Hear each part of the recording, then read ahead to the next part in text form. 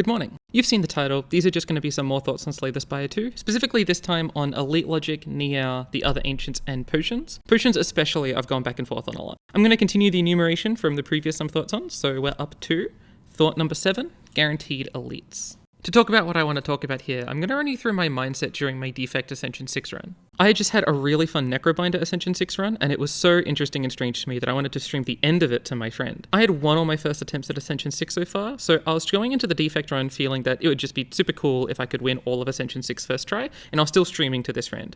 Overgrowth. Neow. My choices are Large Capsule, Nutritious Oyster, and New Leaf. I'll talk about my opinions on Neow in the next section, but I immediately took New Leaf, transforming a Defend into a random card, and I got Signal Boost. Now, Signal Boost is a pretty awkward early pickup. It does exhaust, so it's not like it's overly bricking me, but it is also 1 mana do nothing. At a baseline, if I can afford it, I try and plan a route where I shoot for 3 elites in Act 1, for scaling and stuff, but I'm worried about a card like Signal Boost for that plan. It could prevent me from a 3 elite path, since it could be a decent brick, and if I want to build around it, that could take some time to set up. So I'm considering only taking 1 or even no elites and hoping I get enough strength from card rewards and events by the time the act is done. But I noticed there's a path that lets me hit an early shop while still going for 3 elites, so I think I'll let the shop, or early card rewards, tell me if I can get something to work with Signal Boost, or if I need to divert into a safer path. After the floor 2 combat, I have what I think are like 3 pretty bad choices. I take Go for the Eyes because it's kind of the only card that does anything, but it doesn't bode too well. But then we get to the shop. The shop luckily has 2 powers. Storm, which kinda does nothing for me right now. It can easily scale into something, but if I don't find another power within the next 3 to 4 fights, I've now essentially got 2 bricks. And then I'll also need decent defense if I'm to be taking just a ton of powers.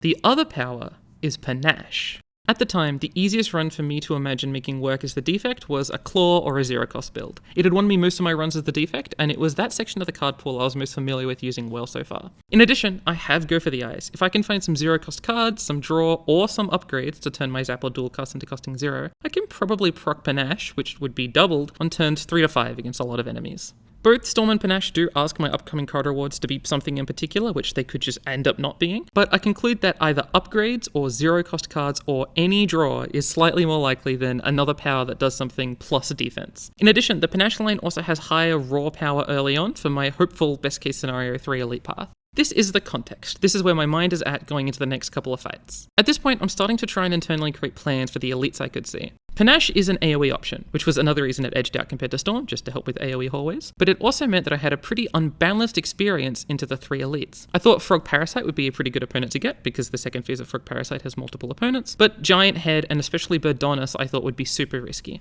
Sorry, not Giant Head, Bygone Effigy. I find the Transformer upgrade event, and I choose Upgrade to get a zero-cost zap. I pick up Scavenge, and I find a reward where I think the best decision is skip somehow, despite how clunky my deck is. I pick up Compile Driver, and my first elite is, I think, the worst one I could have gotten, which is Birdonis. I have to use both potions to get by, but I'm rewarded with a Skim, which was really nice, and so I know that at least the next elite has a 50-50 chance of being Frog Parasite, which I'm excited for, or Bygone Effigy, which I'm worried about, but is still worth it. I slept, I got a Pantograph, and it's Effigy. Surprisingly, I do okay, and I managed to pick up an all-for-one. My Panache build is now looking pretty acceptable.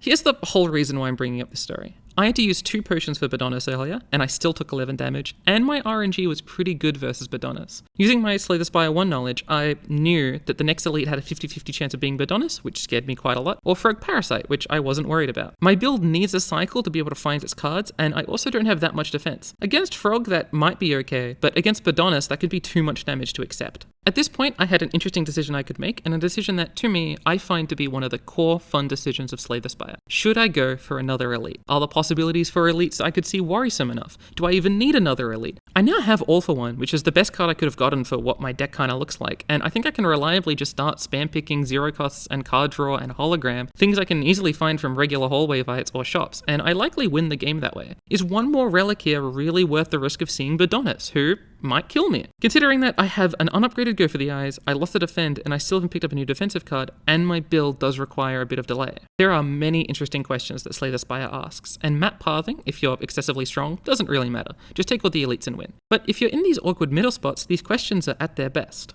However, it's at this point my friend says, aren't you guaranteed to get Frog Parasite? And after some careful Googling, we confirmed that, in Slay the Spire 2, the logic has changed. Your 3rd elite is guaranteed to be the one you haven't seen. I pathed there, I drew no blocks on the 4x4 turn, but I did get to Panache him. Long story short, I won the run, although Entomancer made me avoid Act 2 elites, but that was okay, I only really needed cards. My friend and I got in a little bit of a discussion about this choice I thought I had regarding pathing to the third elite. What I want most out of strategy games like card games, roguelikes, whatever, is to be asked interesting questions. I want to be put in positions where I feel like I'm making tough choices, using as much detail as my fleshy little brain can handle, and ideally having those decisions be impactful, important, and hopefully fairly complex. However, another thing a strategy game might provide you that's rather similar and related to what I want is that with your deep knowledge of the game, you're provided certainty. By memorizing movesets, enemies, and all these little details, you can make decisions with certainty, including if you've manipulated things or seen things already. These both are things that Slay the Spire really excels at providing the player. And so, yeah, there's some enjoyment in the idea of knowing that if there's an elite you're good into and two you're bad into, a 3 elite path where you have a potion that solves each of the hard elites is a path you can guarantee be comfortable taking. I can see how that could be fun, enjoyable, exciting, etc. But I think it makes the game less exciting to me. If I'm presented with a scenario like my defect run, or in similar spots, I actively want the game to make me afraid if I see one of the 2 hard elites first, worrying that I could go hard elite 1 into hard elite 2 into hard elite 1 again. While that defect run was fun, and Act 1 was a really strange and fun time with the early signal boost into panache, every decision I've made since then repathing has felt slightly less fun to me now that I know about the guaranteed third elite, and that kinda sucks. It's not that it's not fun at all, there is that other form of interest that you get by knowing exactly what you'll find in all 3 elite rooms at the start of the act, but personally, I don't prefer it. I'd like to see it changed, but if the devs or feedback have all mostly said that they prefer this system, I'll get used to it. From what I've read on Reddit and YouTube, people seem to like this system or are otherwise unbothered by it, but I miss it. There's one more thing I want to mention on this before I move on.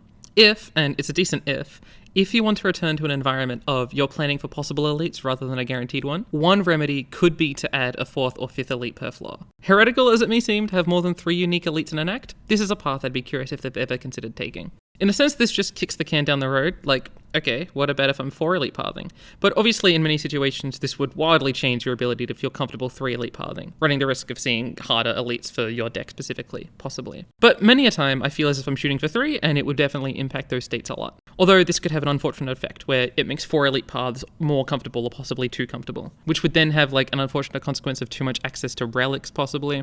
It all depends on like what the extra elite would be or the sort of scenarios and the way that interfaces with the decks. There's worlds in which adding a 4th elite works, providing working just means making players less certain if they're going to take elites, and worlds where it doesn't. I'd really be curious to know what people think about like the way they see elites and how the new system has changed that in a positive or negative way. Or if you're new to Slay the Spire as a whole, I'd be really curious if the Slay the Spire 1 system of having a 50-50 chance when you're fighting the 3rd elite to be either the one you haven't seen or the first one that you fought, if that looks like comparatively really strange, and the Slay the Spire 2 system is just better or more satisfying. I'm like genuinely curious to see what people think about this. Nonetheless, let's move on to thought number 8, Neow. What is the point of the Neow bonus? I've been trying to reckon with something I've noticed about myself. There are some Neow relics I much prefer than others. If any of these relics appear, I pretty much always take them. To a lesser extent, you can add Booming Conch and Golden Pearl to this list. And to me, there's a somewhat intuitive reason why I take these. These relics, pretty immediately, shape definition into the run for you somewhat. When I say shape definition, I mean something pretty soft, just that it has a meaningful but non-prescriptive influence on the next choices you're going to make for card inclusions within the next couple of floors. Sometimes, like the defect run, that influence is incredibly pronounced, but sometimes it's pretty soft. Like, and this example isn't a Neow example, but I find it to be the best example of what I mean. If you imagine a scenario where I've got a deck that is just the starter Necrobinder deck plus a Blight Strike, that Blight Strike changes ever so slightly what kind of rewards I'm looking for. Maybe it means if I have a card reward screen that looks like this, I might opt for a defensive card next, such as Defy. Whereas if I didn't have Blight Strike, I might feel compelled to take Scourge, as I typically try and make sure I've got good damage early. But Blight Strike also means I'm willing to take a Doom synergy piece like Death's Door if offered. Blight Strike has shaped some definition very softly into what my logic will be for the next choices. This is like maybe one of the more enjoyable parts of Slay the Spire, right? Having cards in your deck makes you consider what you want to take.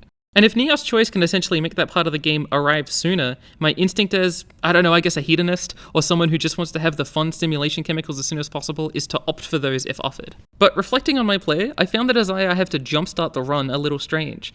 Like, I'll get definition eventually. By the time I've gone to my second or third choices, I should have some definition shaping already, especially if I pick up some uncommon cards. And a lot of the Neow relics I've still never taken do come with a lot of delayed gratification.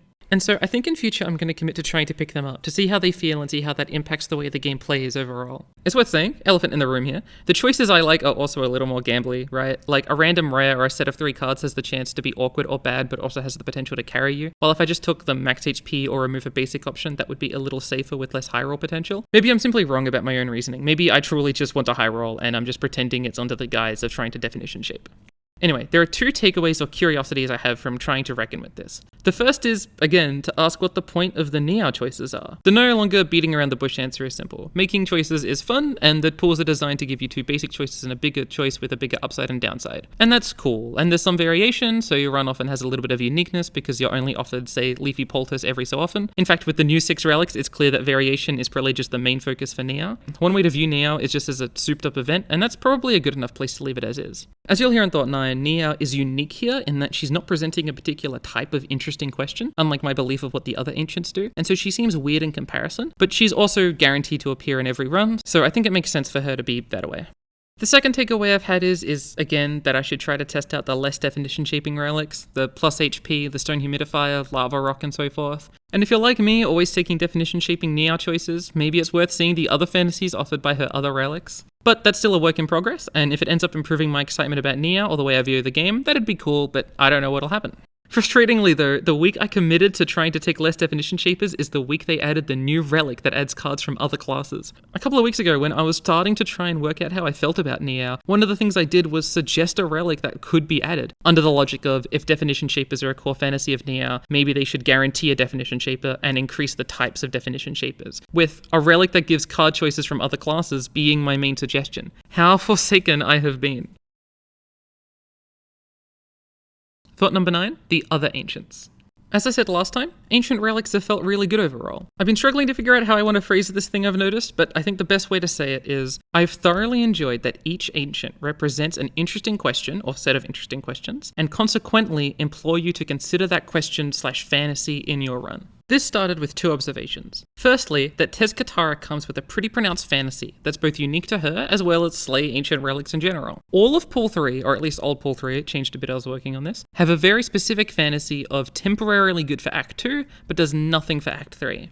And I saw this and it made me really excited to see Tezcatara. This kind of fantasy wasn't present much in Slay the Spire 1, so I enjoyed the exploration of this type of gameplay pattern. But I also loved that it was represented specifically and uniquely through this ancient. And a similar observation obviously applies to Aurobus, whose relics are super focused on impacting card selection specifically, with the other class cards, Glass Eye, Driftwood, and so forth. The second observation had to do with Nono-PAP and Vaku, and to a lesser extent tanks as well. Vaku's flavor is obvious the moment you see him. Very good relics at a cost. Very clear, great upside with very clear downside. And when you first see him, I think that fantasy is sold incredibly well, and you can imagine really interesting consequences of the negatives that his relics give you. As I played more and more, however, Vaku has ended up feeling relatively simple, in that akin to, say, Velvet Choker or Smithing Hammer, you can kind of quickly conclude whether the energy is worth it or whether you need to bother with the downside. What Vaku asks of your run are the twin questions of, can I afford the downside? And do I even need to bother with taking this? Can I just win with the guaranteed whatever relic that appears in Pool 3? Although Lord's Parasol is in Pool 3, so sometimes you can be forced to take an awkward choice, which is cool. And that, as a genre of question, is pretty standard but always fun in a deck builder. And it's kind of cool to have that genre of question placed into Vaku, where Nono-PAP and tanks don't ask anything like that at all. Like, they're all upside, although in very different ways.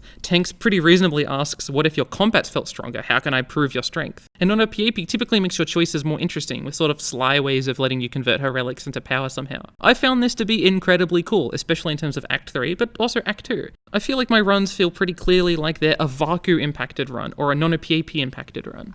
And so I took those 2 thoughts and sort of built this section around it, and the more and more I've played with this perspective in mind, the more I've come to really appreciate the game in a certain way. I feel like there's a certain fantasy the game provides above just the power of the ancient relic itself, that's this fantasy of Nono-PAP says, improve this run through non-attack based reward, or Aurobus says, here, I'll help you organize your cards and deck to really help you figure out where you're going with the cards specifically in this run. And I don't know, maybe I'm getting parasocial with Ancients from the Spire, but it feels like particularly special that these questions are asked and condensed so well into each Ancient. The choices themselves are fascinating, like this system feels more variant and interesting and beautiful than the old system, but I feel like there's something wonderfully storyful about this system. I do wonder if the alternate acts will have unique Ancients or not. I don't know if you guys have a take on that or not, but I really have no idea. The current Ancients are so well designed that I kind of find it hard to imagine that they want to make 6 more that feel like they're asking interesting questions, but it also wouldn't surprise me if Ancients only hang out in certain regions of the Spire.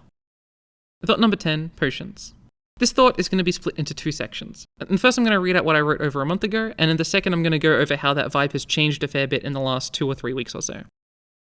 Potions have been, to me, one of the weakest parts of Slay the Spire, in terms of excitement or fun or engagement or whatever. Potions fill a potentially really interesting design space. They are the only combat-focused reward that is one-time use, and they persist throughout the floors if unused. Your choice of whether to play a card or not is relatively simple, in that most of the time the goal of each combat is to leave while taking as little damage as possible, or maybe setting up relics in a certain way or using some of your fatal effects. But to use a potion is to not have that potion for later. To not use a potion is to waste value if you end up skipping a potion or discarding one you have. I think there's some interesting theoretical design space in all of this and theoretical interesting decision making. But ultimately, even when I really try and engage with potions during a run, considering whether I need to use it, what costs I might incur when not using it, buying potions in a shop for particularly hard encounters, I often feel underwhelmed. Potions are agnostic the build, in the sense that if you're building a certain type of deck or you need a certain sort of thing, that doesn't mean you're selecting potions that make sense for your deck or anything, since most of the time you receive them randomly, the exception being the shop of course. Potions are also often relatively simple. They're a permanent random stat buff for the fight, some damage, a debuff to the opponent, a randomly generated card from a specific pool, or a one-time use deck manipulation thing,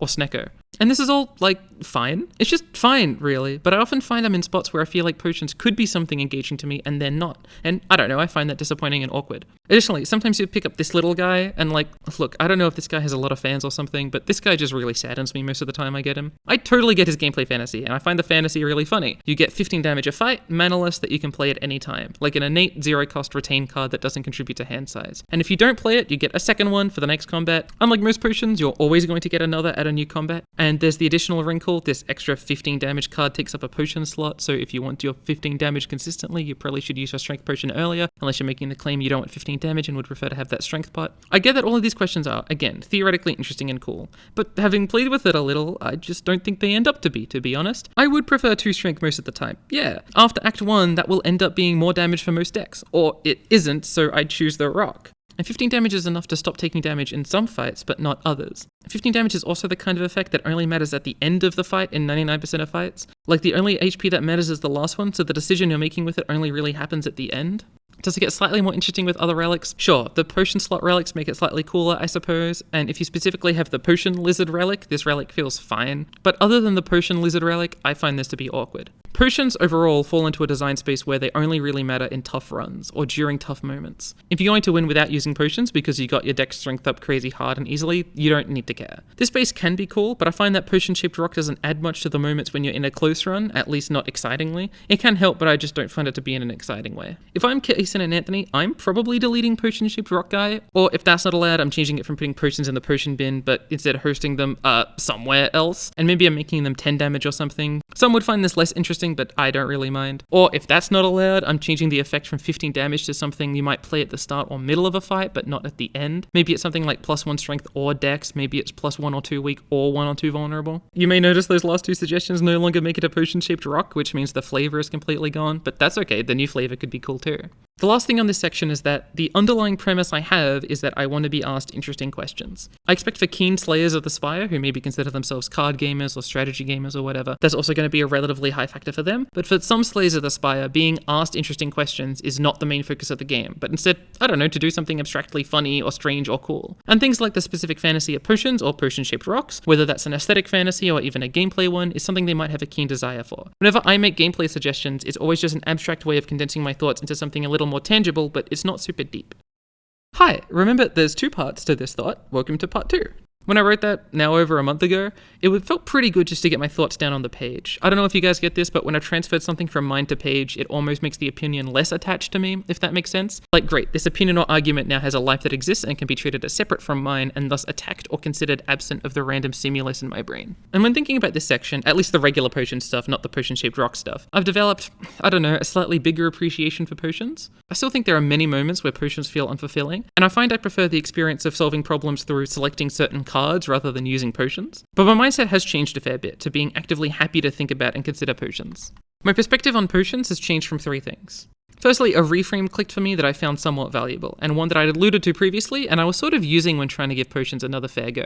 Instead of potions, I've been imagining them as cards. Quickly, yes, I can see how absolutely hilarious it is for me to be to try and make me enjoy them, I tried to imagine them as cards. I'm not beating the card game fanatic allegations with this one. Nonetheless, seeing a fire potion as a 0-mana card that has, super exhaust, means I find it to be more so exactly like the kind of thing I like from Tezcatara, a temporary buff. The fact that you have limited potion slots does kind of throw a wrench in this, but whatever. And sure, to be specific, it also draws an extra card when you draw it, innate, retain, doesn't take up hand space, whatever. Anyway, this design space of a super exhaust, where you use it once and you never play with it again, is a design space that a couple of other deck builders have experimented with. I'm thinking specifically here about Purge from Monster Train and Fragile from Dicemancer. Slay, Monster Train, and Dicemancer both have card/potions that are one-time play per combat and one-time play per run, and I've consistently found the one-time play per run effects to be awkward in all of these games. But when I started playing through Dicemancer, I found its use to be slightly less awkward than Slay the Spire's potion effects. Why? The unfortunate answer is probably just that Dicemancer is a relatively unbalanced game, so losing one card draw to hold onto a fragile card is a barely noticeable and very acceptable loss. But the other part for Dicemancer is that you're choosing whether to include this card into your deck, and they're often more powerful than the equivalent of potions in Slay the Spire. One of the awkward tensions I've had with potions in Slay is that they feel relatively minor in value and cost very little compared to Dicemancer, where it's a curse in the hand until you play it, but higher value. Secondly, a YouTube short graced me with the potion drop chance values, something I only vaguely remembered from the first game, and it's largely the same here. Largely. You start the game with a 40% potion drop rate after a fight. Every fight you don't get a potion, that rate increases by 10%, and every fight you do get a potion, that rate decreases by 10%. There's many ways you can abstractify that data, such as saying it'll have a general equilibrium of 50%, or every 2 fights you'll get a potion. More interestingly to me though, combining this with the imagining potions playing a similar role to cards, I started developing a model of thinking that if you're getting a potion at a rate of every 2 card selections, it is exactly like getting a random super exhaust card every couple of combats that you may as well include into your deck. You hear Jorbs all the time talking about having a block potion here means maybe you can opt for the attack common, or at least I imagine he would say this, but knowing the rates really lets you approach that perspective with a little less fog. Like, there's a change with how I'm thinking about my hand states now that it includes the knowledge that every 2 fights on average I'm getting a free super exhaust that can deal with whatever shortcoming I might have in upcoming fights. Basically, this has given me a nice bit of grounding on the concepts behind potions, as opposed to the very vague, flowery notion I had of solving problems for certain fights, which is a useful abstraction but seemed to exist conceptually around the game rather than tangibly within it, at least for me. In that previous section, I had written potions are agnostic to build, which is true. If you have a build, the potions won't fit it, but you can flip that. Build a consideration with those random potions. Have potions be the unchanging variable, not the deck. I had a pretty common trapping, I assume, where I would think, why build your deck, something permanent, around a potion, something temporary? I think that's a fallacy, and that it misses the value you can get from seeing potions as part of your kit. But arguably even worse, it stripped away some of the beauty you can find in Slay the Spire's gameplay because it doesn't align with some deck constructing to make a platonic ideal deck mindset I accidentally fell into with that logic. And so finally, I've tried to be a lot more intentional with potions. What I mean by this is, like, I've played a couple of runs where I'm constantly thinking about potions to what felt like an exaggerated extent to see what I can glean from it and see if I enjoy that process. And I've really come around to them, both from hallways as well as shops. I'd often take specific tech cards for specific boss matchups, you know, like a power or a malaise or something, but I've tried offloading that to potions as well, and seeing them as these super exhaust cards has aided that. In fact, the recent increased expensiveness of card removal has also kind of benefited this process, because I often found myself assuming I'm taking the card removal even in spots where it wouldn't be the right play, because of the early intuitive principle of smaller, more consistent deck equals better. I don't know if you're finding potions to be disappointing, confusing, or otherwise unsatisfying, try imagining them as if they're cards is really what I want the crux of this section to be, but that's ultimately where I'm at right now. This mindset change has been really exciting and interesting to me, and even generally Slay the Spire 2 has been really good at impressing me in places I didn't expect. And I love every time I've had a radical reframing of my immediate instincts and previous assumptions, like with this and arguably with Neow. Conclusion. This video has mostly been about what aspects of Slay the Spire 2 I find to be engaging and interesting, and I hope you found some of my hodgepodge random thoughts somewhat entertaining or curious or whatever. As an overall reflection on making this video though, my thoughts have changed wildly the more I've tried to grapple with what my thoughts are, which has been really fun for me, but ultimately probably makes this a bit of a confusing watch. Nonetheless, at this point in time, the thoughts here are accurate, and I'm curious to see where my opinions on these go as the game develops. Anyway, thanks for watching. There's the previous Some Thoughts on Slay the Spire, if you haven't seen it yet, which came out a week or 2 post-release, as well as the Ascension 7 highlights video, which no one watched, but I was really happy to make. Alright, see you later, alligators.